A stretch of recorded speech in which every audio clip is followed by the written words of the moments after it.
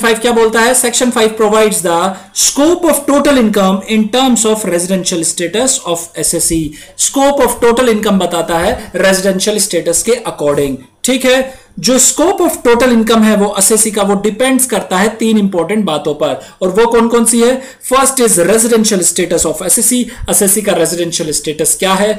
दूसरा, place of accrual or receipt of income whether actual or deemed, यानी actual income थी या deemed income थी जो मान ली गई है। डीम्ड का मतलब जो मानी हुई है, एक्चुअली वो इनकम नहीं थी बट इनकम टैक्स लॉ ने उसे मान लिया है, तो उस इनकम का प्लेस। ठीक है, थर्ड है the point at which the time income had accrued to or was received by or on behalf of assessee, यानी वो time the point of time at which the income had accrued, यानी जब income क्या हो गई थी? Accrued हो गई थी या रिसीव कर ली गई थी। किसके द्वारा? या तो एसएससी के द्वारा या एसएससी के बिहाफ पर किसी ने वो इनकम रिसीव कर ली थी। आइए समझते हैं धीरे धीरे से ये टोटल इनकम का एम्बिट जो है वो कैसे काम करता है। 3 क्लास जो है टैक्स पेयर की। फर्स्ट कौन सी क्लास है बेटा? Resident and ordinary resident. तो आइए उसके केस में टोटल इनकम को क्या माना जाता है, कौन सी ऐसी इनकम है जो टोटल इनकम में इंक्लूड की जाती है। First, the total income of resident assessee would under section 5(1) consist of first कौन सी है?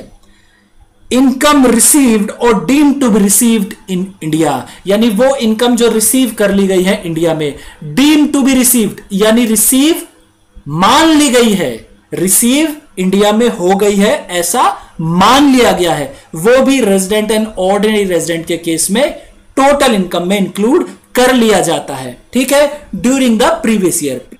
नेक्स्ट, इनकम विच एक्रू और अराइज और इज डीम्ड टू एक्रू और अराइज इन इंडिया, यानी कौन सी इनकम जो एक्रू हो गई है या अराइज हो चुकी है। एक्रू और अराइज क्या होता है बेटा? एक छोटे से एग्जांपल से समझो। पर्सन है मिस्टर ए जो एक एम्प्लॉय है, 50,000 रुपीज पर मंथ इन्हें मिलता है। ठीक है बेटा, आमतौर पर सैलरी कब मिलती है बेटा? सैलरी सर जब मंथ पूरा हो जाता है, तो मंथ पूरा हो गया, जिस मंथ की पूरा हो जाता है तो उसके नेक्स्ट मंथ में सैलरी सर मिलती है, और 1 से 10 तारीख के बीच में सैलरी सर मिल जाया करती है। तो बच्चे बताओ, अगर जनवरी में वो काम करता है मिस्टर ए, तो उसकी सैलरी उसे कब मिलेगी? फरवरी में मिलेगी, और हम मान के चलते हैं सपोज फरवरी की 5 तारीख को उसे सैलरी मिलती है। ठीक है, तो अब समझो बेटा, ये जो जनवरी के मंथ उन्होंने काम किया, ये जो जनवरी के मंथ उन्होंने काम किया, काम करते रहे, यहां पे उनकी सैलरी क्या होती रही? एक्रू। सैलरी क्या होती रही? एक्रू। और फरवरी में क्या होगी बेटा? अराइज हो गई। ठीक है, यानी अगर हम बात करें जनवरी में क्या हुई इनकी सैलरी? एक्रू, यानी राइट टू रिसीव पेमेंट। जनवरी में क्या था? Right to receive payment. काम कर रहे थे तो उन्हें राइट था कि पेमेंट उन्हें मिलनी चाहिए, ये रिसीव होने का उन्हें राइट था। और नेक्स्ट फरवरी में उन्हें क्या राइट आ गया? राइट टू एनफोर्स पेमेंट, यानी अब वो एनफोर्स करा सकते हैं, ले सकते हैं अपनी सैलरी, एनफोर्स पेमेंट। तो ये होता है बेटा एक्रू और अराइज। समझ आ गया एक्रू और अराइज का डिफरेंस? ठीक है, हाँ जी। तो सेकंड पॉइंट क्या था? इनकम विच एक्रू और अराइज और इज डीम्ड टू एक्रू और arise in India during the previous year, यानी वो इनकम जो एक्रू और अराइज हुई या डीम्ड टू एक्रू और अराइज हुई। डीम्ड यानी हमने मान लिया कि वो एक्रू हो चुके हैं या अराइज हो चुकी है इंडिया में। ये शब्द ध्यान है, इंपॉर्टेंट देना, इन इंडिया। इन इंडिया, यहां पर अभी तक यही लिखा हुआ है, इन इंडिया, और यहां पर भी इन India. Next, income which accrue और अराइज आउटसाइड इंडिया। ध्यान दिया, 2 पॉइंट जो ऊपर वाले थे वो थे इन इंडिया, ये जो नेक्स्ट पॉइंट है ये किसकी बात करता है? एक्रू और arise outside India, even if it is not received और brought into India during the previous year. यानी ये जो प्रोविजन है, थर्ड वाला जो प्रोविजन है, बहुत ही वास्ट है। समझो बच्चे, कहना क्या चाहता है? वो इनकम जो एक्रू और अराइज हो गई इंडिया के बाहर, भले ही अभी तक रिसीव नहीं हुई है या इंडिया में लाई नहीं गई है, तब भी वो क्या बन गई? Total income. किसकी? Resident and ordinary resident. बेटा एक बार फिर से करते हैं, ध्यान से समझो एक बार, टोटल इनकम जो है, total income as per section 5(1) of resident and ordinary resident, उसमें 3 तरह की इनकम को उन्होंने कंसिडर कर लिया है टोटल इनकम में। कौन कौन सी समझो। First, income received or deemed to be received in India, यानी वो इनकम जो इंडिया में रिसीव हो गई है या हमने मान लिया है कि इंडिया में रिसीव हो चुकी है ड्यूरिंग द प्रीवियस ईयर में। दूसरी, income which accrue arise or deem to accrue arise in India, यानी वो इनकम जो एक्रू हो चुकी है या अराइज हो चुकी है इंडिया में, या वो इनकम जो हमने मान ली कि एक्रू हो चुकी है या अराइज हो चुकी है इंडिया में प्रीवियस ईयर में, वो भी कंसीडर कर ली। थर्ड, इनकम विच एक्रू और अराइज आउटसाइड इंडिया, यानी जो इंडिया के बाहर की इनकम थी, जो इंडिया के बाहर एक्रू हुई थी, अराइज हुई थी, उस इनकम को भी कंसीडर कर लिया। और सबसे बड़ी बात बेटा, even if it is not received, यानी अगर इंडिया में रिसीव्ड भी नहीं हुई है, आप इंडिया में उसे लेके भी नहीं आए हैं, तब भी वो कंसीडर कर ली गई है as your total income. Clear हो गया। तो एक word resident and ordinary resident के स्कोप ऑफ टोटल इनकम के लिए अगर हम देना चाहें तो हम दे सकते हैं कि global income is taxable in case of resident and ordinary resident assessee. इसे लिख लो फटाफट से अपनी बुक में, ग्लोबल इनकम लिखो जल्दी। Global income is taxable in case of resident and ordinary resident assessee. ठीक है बच्चे, समझ आ गया। नेक्स्ट आते हैं, next resident but not ordinary resident. इनके केस में बच्चे समझना, आरओआर और आरएनओआर जो इनकी स्कोप ऑफ टोटल इनकम है वो दोनों का सेम है। क्या बोला मैंने आपसे? सर आपने बताया आरओआर एंड आरएनओआर जो दोनों एसएससी है उनके जो स्कोप ऑफ टोटल इनकम है वो सेम है, बट एक चीज का डिफरेंस है। हां बेटा डिफरेंस है वो ये, यहां देखो, आरओआर आरएनओआर यानी कि resident but not ordinary resident. अभी तक मैंने आपको क्या बताया कि जो आरओआर का स्कोप ऑफ टोटल इनकम है, स्कोप ऑफ टोटल इनकम को टीआई लिख देता हूं, और इसका जो स्कोप ऑफ टोटल इनकम है, स्कोप ऑफ टोटल इनकम दोनों का सेम है, ऐसा मैंने आपको बताया। और साथ में बोला कि एक डिफरेंस है, और वो डिफरेंस क्या है कि अगर आरएनओआर कोई बिजनेस करता है, ध्यान देना बच्चे, बहुत इंपॉर्टेंट पॉइंट है, बिजनेस, एग्जाम में से यही क्वेश्चन पूछ लेता है एग्जामिनर, बिजनेस करता है, बिजनेस, और वो बिजनेस कहां से हो रहा है सर? वो आउटसाइड इंडिया, इंडिया से बाहर से वो कंट्रोल हो रहा है, ए। और बी क्या है सर? अगर कोई प्रोफेशन इंडिया के बाहर सेटअप किया हुआ है, इंडिया के बाहर सेटअप किया हुआ है, तो इन दोनों से बिजनेस इनकम और प्रोफेशन इनकम टैक्सेबल नहीं होगी इंडिया में आरएनओआर के केस में। अगर सेम ये दोनों सेम बातें आरओआर के लिए होती तब भी वो टैक्सेबल हो जाता, थर्ड पॉइंट की वजह से। थर्ड पॉइंट क्या बोलता है? इनकम एक्रू और अराइज आउटसाइड इंडिया। ठीक है, तो बेटा समझ आया आरओआर और आरएनओआर के केस में? उन्होंने बोला आरओआर और आरएनओआर के लिए scope of total income same है, बट एक डिफरेंस क्या है? डिफरेंस ये है सर कि अगर आरएनओआर कोई बिजनेस करता है और वो बिजनेस जो है आउटसाइड इंडिया किया जा रहा है, प्लस उसका कंट्रोल भी आउटसाइड इंडिया है, तो सर उस बिजनेस से होने वाली इनकम टोटल इनकम में कंसीडर नहीं की जाएगी आरएनओआर में।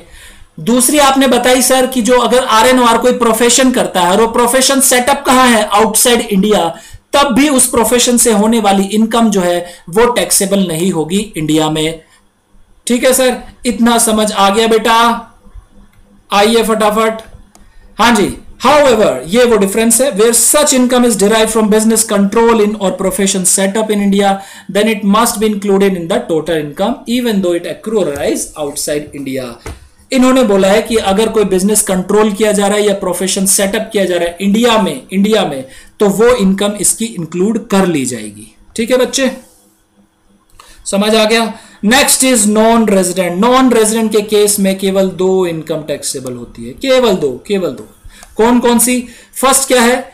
Income received or deem to be received in India, वो इनकम जो रिसीव हुई इंडिया में या डीम टू बी रिसीव्ड हुई। और second, income which accrue arise or deem to accrue arise in India, outside India नहीं है बेटा, ध्यान रखना।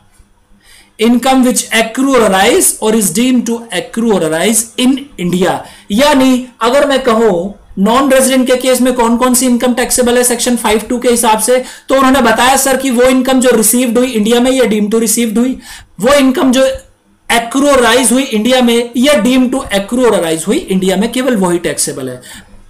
हाँ जी बेटा, नेक्स्ट जो है हमारी क्लेरिफिकेशन है। क्लेरिफिकेशन निकाली थी सीबीडीटी ने, और ये क्लेरिफिकेशन जो है वो है नॉन रेजिडेंट सी फेरर के लिए जो रिसीव करते थे अपनी सैलरी एनआरई में, non resident external account maintain करते थे उसमें इंडियन बैंक के साथ, उसमें वो अपनी सैलरी रिसीव किया करते थे, बट सैलरी वो टैक्सेबल कर दी जाती थी क्योंकि वो इस क्लॉज में फॉल करते थे 5(2)I में, income received or deem to be received in India. तो इस वजह से उन्हें हार्डशिप हो रही थी, तो इसके लिए सीबीडीटी ने 2 सर्कुलर निकाले, सर्कुलर नंबर 13/17 और सर्कुलर नंबर 17/2017। ये 2 सर्कुलर उन्होंने निकाले थे, और सर्कुलर में बताया income by way of salary received by non resident seafarer, यानी जो अगर सैलरी इनकम मिल रही है किसे, एक नॉन रेजिडेंट सी फेरर को, किस लिए, for services rendered outside India on a foreign going ship, जो सर्विसेज वो इंडिया के बाहर दे रहा है एक फॉरेन गोइंग शिप में रहकर, and received into the NRE bank account maintain with an Indian bank, जो उन्होंने एक इंडियन बैंक के साथ एनआरई अकाउंट मेंटेन किया हुआ है, उसमें वो रिसीव होती थी उनकी salary, shall not be included in the total income, अब वो टोटल इनकम में इंक्लूड नहीं होगी। तो क्लेरिफिकेशन बेसिकली ये नॉन रेजिडेंट सी फेरर के लिए है जो अपना एक एनआरई अकाउंट मेंटेन करते थे इंडियन बैंक के साथ और उसमें सैलरी रिसीव किया करते थे, वो टैक्सेबल हो जाया करती थी, बट अब वो टैक्सेबल नहीं है। नेक्स्ट चलते हैं बेटा, residential status and scope of total income, whether the following income are to be included in the total income or not. Basically ये एक चार्ट के थ्रू समझाया गया है कि कौन सी इनकम टैक्सेबल हो रही है, कौन सी इनकम टैक्सेबल नहीं हो रही। आरओआर, सेकंड इज आरएनओआर और last is non resident. ROR के केस में मैंने आपको बताया ग्लोबल इनकम टैक्सेबल है, आरएनओआर के केस में आपको बताया कि सारी इनकम टैक्सेबल है, बट अगर कोई बिजनेस कंट्रोल हो रहा है इंडिया से या कोई प्रोफेशन है जो सेटअप हो रहा है इंडिया में, उससे होने वाली इनकम ही इंडिया में टैक्सेबल होगी। बट अगर बिजनेस कंट्रोल बाहर से हो रहा है और प्रोफेशन सेटअप बाहर से हो रहा है, बाहर यानी इंडिया से बाहर, तो दोनों केसेस में वो इनकम टैक्सेबल नहीं होगी। नेक्स्ट है नॉन रेजिडेंट, सिर्फ उसके केस में इनकम जो रिसीव हुई है इंडिया में या डीम टू रिसीव हुई है या एक्रू और राइज हुई है या डीम टू एक्रू और राइज हुई है, वो ही टैक्सेबल होगी। बच्चे हमने एक्रू और राइज का तो मतलब समझ लिया कि क्या होता है sir, but deem to received का मतलब अभी समझ नहीं आया, वो डिफाइन करता है सेक्शन 7। तो आइए चलते हैं सेक्शन 7 की ओर, समझते हैं what is deemed to be received in India। Section 7 simply बोलता है कि जो फॉलोइंग इनकम है उन्हें हम मान लेंगे कि ये आपकी इनकम रिसीव्ड हो गई है। बेसिकली ये जो सेक्शन 7 है इसकी हम इंप्लीकेशंस पढ़ेंगे सैलरी के चैप्टर में, तो वहां मैं जब पढ़ाऊंगा आपको तो लिंक करा दूंगा। बोलता क्या है, जब भी आप कंट्रीब्यूशन करेंगे in excess of 12% of salary, अपनी सैलरी का 12% से ज्यादा आप कंट्रीब्यूशन करेंगे, कहां पर, आरपीएफ में, रिकॉग्नाइज प्रोविडेंट फंड। एक बात ये, और interest credited in excess of 9.5% per annum, यानी अगर आरपीएफ में, रिकॉग्नाइज प्रोविडेंट फंड में आपको इंटरेस्ट मिल जाता है 9.5% पर एनम से ज्यादा, तो वो जो इंटरेस्ट इनकम आपको रिसीव हुई या वो जो आपने कंट्रीब्यूशन किया 12% ऑफ सैलरी से ज्यादा, तो वो क्या कंसिडर होगी, आपकी इनकम। ठीक है, नेक्स्ट बेटा, contribution by the central government और any other employer in the previous year under a pension scheme referred under section 80 CCD। 80 CCD basically बेटा नेशनल पेंशन स्कीम है, यानी अगर कोई कंट्रीब्यूशन करती है सेंट्रल गवर्नमेंट या कोई दूसरा एम्प्लॉयर कर रहा है 80 CCD में, तो वो जो कंट्रीब्यूशन किया गया उसे कंसिडर किया जाएगा income deemed to be received in India. But इसकी कुछ कंडीशन है, जब हम सैलरी चैप्टर करेंगे तो वहां उसे अच्छे से पढ़ लेंगे। नेक्स्ट आता है amount transferred from unrecognised provident fund to recognised provident fund, यानी आपने अनरिकॉग्नाइज्ड प्रोविडेंट फंड से पैसा कहां ट्रांसफर करा दिया, रिकॉग्नाइज्ड प्रोविडेंट फंड में, तो उस पर भी आपको क्या मान लिया जाएगा, आपकी इनकम। लेकिन ये कौन सी इनकम मानी जाएगी, जो एम्प्लॉयर का कंट्रीब्यूशन है और उस पर जो इंटरेस्ट है, केवल उसी पोर्शन को आपकी इनकम कंसिडर किया जाएगा। तो अब हम समझ गए what is income deemed to be received in India. Section 7 ने क्या बताया कि अगर आप कंट्रीब्यूशन कर रहे हैं 12% से ज्यादा सैलरी का आरपीएफ में, रिकॉग्नाइज्ड प्रोविडेंट फंड में। दूसरा है जब आपको आरपीएफ अकाउंट पे इंटरेस्ट मिलता है, रिकॉग्नाइज्ड प्रोविडेंट फंड पर आपको इंटरेस्ट मिलता है, किससे ज्यादा, 9.5% पर एनएम से ज्यादा इंटरेस्ट मिलता है, तो वो एक्सेस इंटरेस्ट आपकी इनकम मान ली जाती है। Next point is contribution by the centre government. अगर सेंटर गवर्नमेंट या कोई अदर एम्प्लॉयर किसी प्रीवियस ईयर में 80 सीसीडी में कंट्रीब्यूट करता है तो वो भी इनकम मान ली जाती है। Third is income transfer from unrecognised provident fund. Unrecognised provident fund से ट्रांसफर करके पैसा कहां ले जा रहे हैं, रिकॉग्नाइज्ड प्रोविडेंट फंड में लेके जा रहे हैं। कौन सा पैसा, एम्प्लॉयर का कंट्रीब्यूशन और उस पर इंटरेस्ट। तो ये हो जाती है हमारी income deemed to be received in India as per section 7। Next is meaning of income accruing arising, ये हम ऑलरेडी कवर कर चुके हैं, क्या होता है इसका मतलब। उसके बाद आता है section 9, income deemed to accrue और अराइज इन इंडिया, जिसकी हम बात कर रहे थे, most awaited section, income deemed to accrue और अराइज इन इंडिया। ये क्या होता है सर, आइए बेटा समझते हैं क्या होता है इनकम डीम्ड टू एक्रू और arise in India. Section 9 sub section 1, ठीक है। आईसीआई ने एक चार्ट बनाया हुआ है, आईसीआई के चार्ट के थ्रू करते हैं। इनकम एक्रूइंग और अराइजिंग आउटसाइड इंडिया डायरेक्टली और इनडायरेक्टली थ्रू और फ्रॉम, यानी इनकम जो है एक्रू और अराइज कहां पर हो रही है, इंडिया के बाहर, लेकिन डायरेक्टली और इनडायरेक्टली किसके थ्रू हो रही है। First, any business connection in India, यानी कोई बिजनेस कनेक्शन है इंडिया में। नेक्स्ट, एनी प्रॉपर्टी और एसेट और source of income in India, यानी अगर कोई प्रॉपर्टी है या एसेट है या कोई सोर्स ऑफ इनकम है इंडिया में, वहां से इनकम एक्रू राइज हो रही है outside India. Next is transfer of capital asset situated India, यानी कोई कैपिटल एसेट है उसका ट्रांसफर किया गया है, वो कैपिटल एसेट कहां पर सिचुएटेड है, इंडिया में, ठीक है। तो ये क्या मान ली जाएगी, इनकम डीम्ड टू एक्रू और अराइज इन इंडिया। भले ही ये इनकम कहां एक्रू और अराइज हुई हो, आउटसाइड इंडिया, बट एक्रू और अराइज किस वजह से हुई, डायरेक्टली और indirectly, any business connection in India, any property or asset or source of income in India, transfer of capital asset situated in India। अब देख लेते हैं कि business connection क्या होता है। Next आओ, business connection का मतलब क्या है।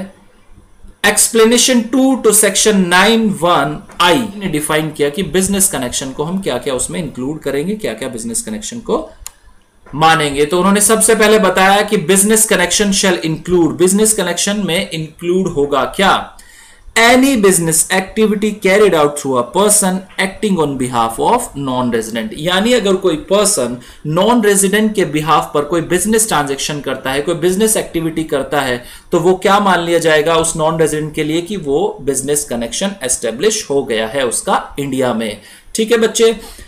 यानी सर अगर हम उसे एनी पर्सन जो इसमें डिफाइन किया गया उसके लिए एक शॉर्ट नाम दे, यानी एजेंट, अगर कोई एजेंट, नॉन रेजिडेंट का कोई एजेंट इंडिया में बिजनेस ट्रांजैक्शन या बिजनेस एक्टिविटी कर रहा है तो नॉन रेजिडेंट का क्या मान लिया जाएगा, बिजनेस कनेक्शन। बट बेटा कई सारे केसेस ऐसे भी होते हैं कि एक एजेंट कई नॉन रेजिडेंट के लिए काम करता है, तो उस केस में हम कैसे देखेंगे कि यह बिजनेस कनेक्शन एस्टेब्लिश हुआ या नहीं हुआ।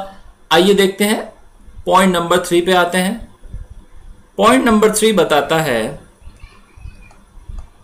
there may be situations when the person acting on behalf of non-resident secure order for other non-resident, यानी कई बार ऐसे सिचुएशन होती है जो एजेंट है वो अदर नॉन रेजिडेंट के लिए भी ऑर्डर सिक्योर करता है, तो उस केस में हम बिजनेस कनेक्शन कैसे एस्टेब्लिश करेंगे। First point is such other non resident controls the non resident, यानी जो दूसरा नॉन रेजिडेंट है वो कंट्रोल करता है पहले नॉन रेजिडेंट को। सर समझ नहीं आया, आइए बच्चे एग्जाम्पल से मैं समझाता हूं आपको। सपोज मिस्टर ए के एजेंट है, मिस्टर ए एजेंट है, किसके बिहाफ पर काम कर रहे हैं वो कर रहे हैं मिस्टर एक्स के। मिस्टर एक्स कौन है, मिस्टर एक्स है हमारे non resident.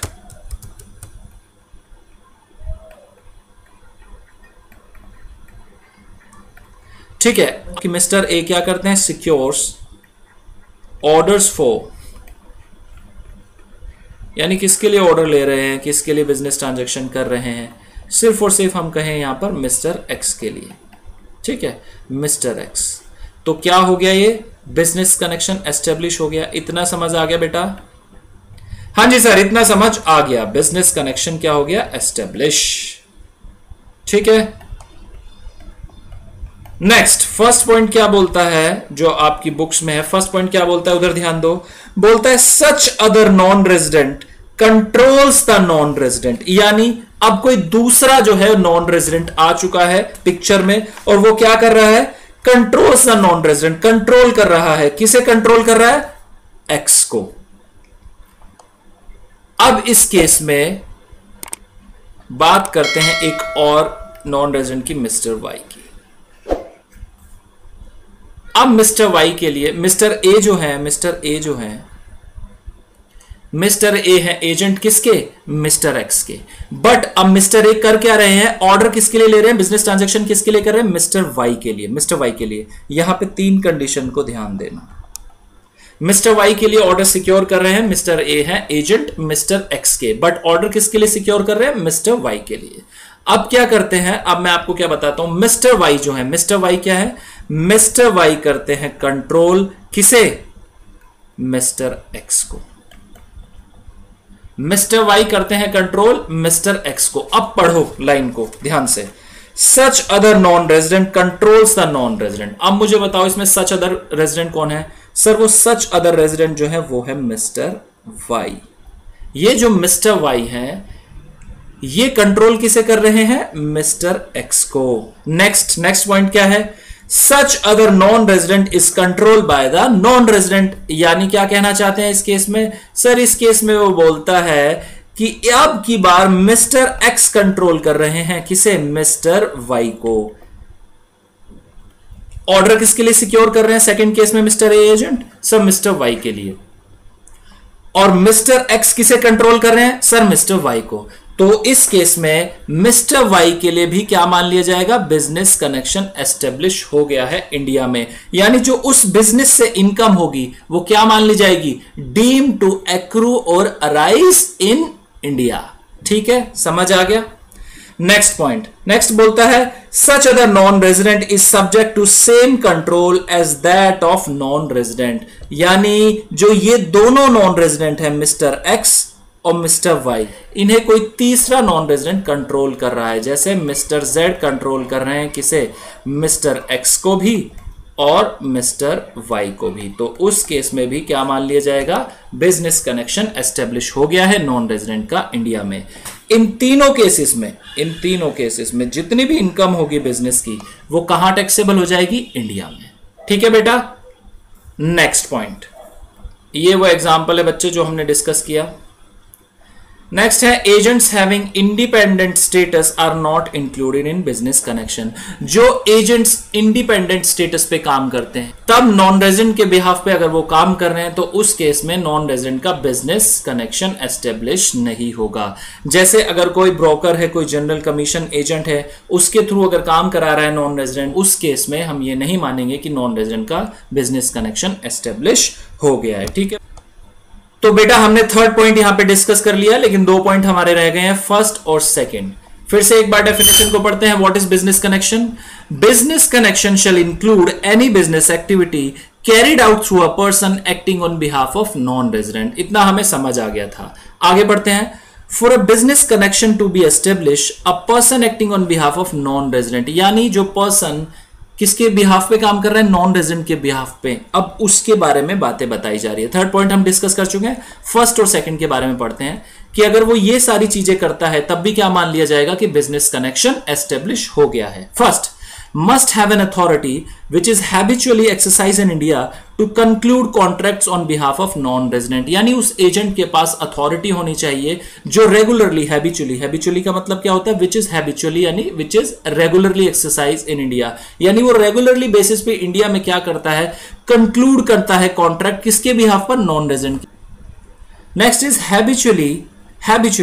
Habitually concludes contract और plays the principal role leading to conclusion of contract, यानी वो रेगुलरली क्या करता रहे, कॉन्ट्रैक्ट्स को कंक्लूड करता रहे, या जब कॉन्ट्रैक्ट्स को वो कंक्लूड कर रहा है तो उसमें उसका रोल कौन सा होना चाहिए, प्रिंसिपल रोल, यानी नॉन रेजिडेंट के बिहाफ पर वो कॉन्ट्रैक्ट्स को कंक्लूड कर रहा है, जिसमें प्रिंसिपल रोल किसका है, एजेंट का। बट जो कॉन्ट्रैक्ट बन रहे हैं, सच contract should be in the name of non resident. वो कॉन्ट्रैक्ट किसके नाम पर होने चाहिए, नॉन रेजिडेंट के नाम पर होने चाहिए। पर्पस क्या होना चाहिए उनका, for the transfer of ownership property on by that non resident, यानी अगर कोई ट्रांसफर हो रहा है ओनरशिप का, कोई प्रॉपर्टी ऑन कर रखी है नॉन रेजिडेंट ने, उसके ट्रांसफर के लिए या किसी प्रॉपर्टी के राइट टू यूज के लिए वो कॉन्ट्रैक्ट बनने चाहिए। Next, for the provision of services by that non resident. हाँ जी बेटा जी, next is in a case where he has no such authority, यानी अब उस केसेस की बात करते हैं जिसमें एजेंट के पास ये अथॉरिटी नहीं है। कौन सी अथॉरिटी नहीं है, कि वो कंक्लूड कर सके कॉन्ट्रैक्ट नॉन रेजिडेंट के बिहाफ पर। बट उस केस में भी हम मान लेंगे कि नॉन रेजिडेंट का बिजनेस एस्टेब्लिश या बिजनेस कनेक्शन इंडिया में है।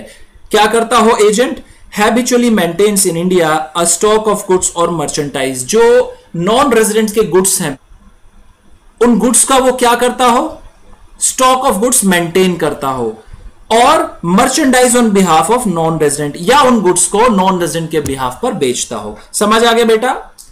तो अगर बिजनेस कनेक्शन को हम कंक्लूड करें तो क्या होता है बिजनेस कनेक्शन, क्या बताया लॉ ने। Sir explanation 2 to section 9 subsection 1 clause I ने डिफाइन किया कि बिजनेस कनेक्शन में क्या क्या इंक्लूड होगा।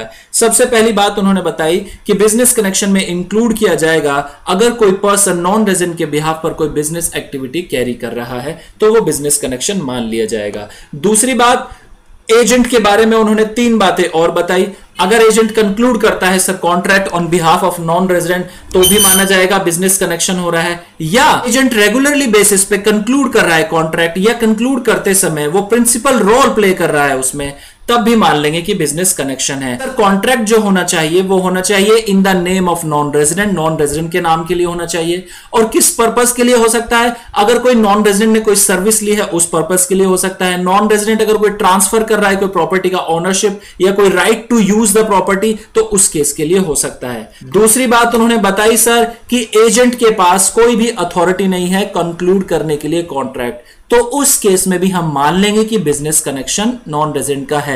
अगर एजेंट क्या करता हो, रेगुलरली बेसिस पे इंडिया में स्टॉक ऑफ गुड्स को मेंटेन करता हो, किसके स्टॉक ऑफ गुड्स को, नॉन रेजिडेंट के स्टॉक ऑफ गुड्स को मेंटेन करता हो, या उसके गुड्स को वो बेचता हो इंडिया में नॉन रेजिडेंट के बिहाफ पर। ठीक है बेटा। थर्ड पॉइंट में बताया कि habitually secures order in India mainly और wholly for the non resident, यानी एजेंट रेगुलर बेसिस पे इंडिया में नॉन रेजिडेंट के लिए सिक्योर कर रहा है ऑर्डर। फिर सर उन्होंने बताया कि कभी कभी ऐसा होता है कि एक एजेंट कई सारे नॉन रेजिडेंट के लिए भी काम करता है, तो उस केस में हम नॉन रेजिडेंट का बिजनेस कनेक्शन मान लेंगे 3 कैटेगरीज में, जो हमने सर एग्जाम्पल के थ्रू समझ ली थी। ठीक है बेटा, आओ फटाफट से आ जाओ चार्ट पर। Next point is any property और एसेट और source of income in India. Any property, property को उन्होंने फर्दर डिफाइन किया कि प्रॉपर्टी हो सकती है मूवेबल भी हो सकती है, इमूवेबल भी हो सकती है, टेंजेबल भी हो सकती है, इंटेंजेबल हो सकती है। जैसे बेटा मैं इसका एग्जांपल दूं, एक नॉन रेजिडेंट है जिसकी एक बिल्डिंग बनी हुई है और वो बिल्डिंग इंडिया में सिचुएटेड है। अब उस बिल्डिंग को कोई पर्सन आता है मिस्टर ए और रेंट पर ले लेता है। अब मिस्टर ए बदले में देता है रेंट नॉन रेजिडेंट को। ये जो रेंटल इनकम रिसीव होगी नॉन रेजिडेंट को, ये उसके हाथ में हो जाएगी टैक्सेबल। ठीक है बेटा। Next, transfer of capital asset situated in India. जब हम कैपिटल गेन्स चैप्टर करेंगे तो उसमें कैपिटल एसेट को अच्छे से समझ लेंगे। यहां पर इतना समझो कि जो कैपिटल एसेट होती है वो मूवेबल, इमूवेबल, टेंजेबल, अनटेंजेबल भी हो सकती है। ठीक है बच्चे। तो अगर कोई इंडिया में कैपिटल एसेट सिचुएटेड है और वो ट्रांसफर कर दी जाती है, ट्रांसफर का मतलब ट्रांसफर में सेल भी आता है, एक्सचेंज भी आता है। ये सेक्शन 2 सब सेक्शन 47 इसे डिफाइन करेगा। जब हम कैपिटल गेन्स चैप्टर करेंगे तो डिटेल में समझेंगे ट्रांसफर। तो उससे होने वाली जो इनकम है हो जाएगी इनकम डीम टू एक्रू और अराइज इन इंडिया। तो ये थे हमारे 3 पॉइंट्स जो फर्स्ट इनकम एक्रू और अराइजिंग आउटसाइड इंडिया डायरेक्टली और इनडायरेक्टली थ्रू और फ्रॉम में कवर हो चुके हैं। Next is salary earn for services rendered in India, यानी सैलरी अर्न कर रहा है नॉन रेजिडेंट, किस पर्पस के लिए? सर्विसेज को यह इंडिया में प्रोवाइड करा रहा है। Next is salary payable by the government to Indian citizen for services rendered outside India, salary दे रही है हमारी इंडियन गवर्नमेंट हमारे इंडियन सिटीजन को for services rendered outside India. इसका एक एग्जांपल है बेटा एम्बेसडर्स, जो राजदूत होते हैं, बट इसमें एक एक्सेप्शन है जो सेक्शन 10 सबसेक्शन 7 में कवर हो जाएगी। देखिए बच्चे, जो एम्बेसडर होते हैं, जो राजदूत होते हैं, राजदूत वो इंडिया के बाहर जाते हैं, एम्बेसीज में काम करते हैं, और एम्बेसीज कहां होती है? दूसरी कंट्रीज में, ठीक है। वहां पर जाकर उन्हें सैलरी देती है हमारी गवर्नमेंट, वो हमारी तरफ से सर्विसेज वहां प्रोवाइड करा रहे हैं, वो सर्विसेज प्रोवाइड करा रहे हैं इंडिया के बाहर, ठीक है। तो जो उन्हें सैलरी मिलती है वो हो जाती है उनकी टैक्सेबल।